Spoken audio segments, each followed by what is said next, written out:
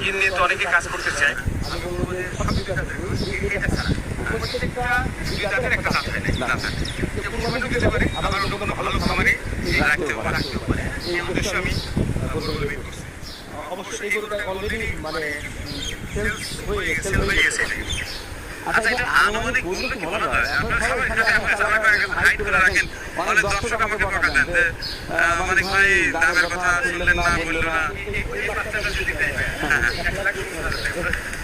1,70,000 টাকা, এটা কিন্তু নিয়ে রাখি গরু, এটা কিন্তু মানে এইবার কোম্পানির জন্য না।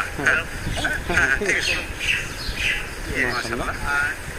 চঞ্চল গরু। আচ্ছা ঠিক আছে, আচ্ছা নিয়ে যান ওটা।